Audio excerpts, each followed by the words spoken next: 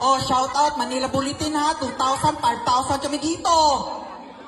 I-correct nyo yan, mga news nyo dyan, you're giving this service to the Filipino people. Ang mga Pilipino na andito, we represent the family that we have in the Philippines.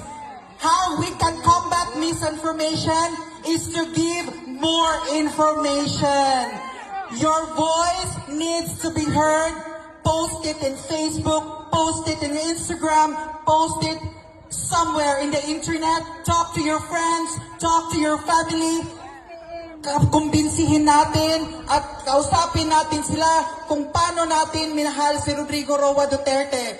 We are not here para sa mga sarili natin. Nandito tayo to show our overwhelming and authentic love to President Rodrigo Roa Duterte dahil mahal natin ang Pilipinas.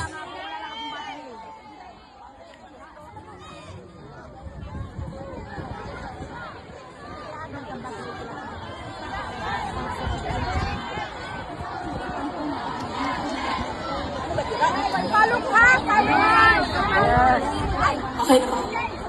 Kanta po ito ni Tatay Digong para sa atin. Nagboto